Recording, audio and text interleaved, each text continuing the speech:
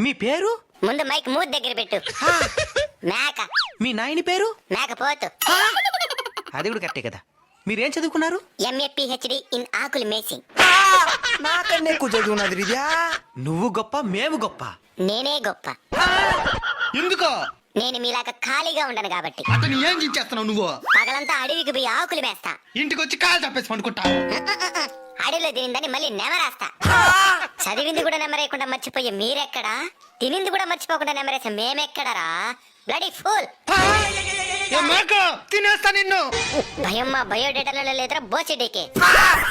ఎప్పటికన్నా నేను తినేది మేమే కాబట్టి మేమే గొప్ప. దేనికి నవ్వుతున్నావా?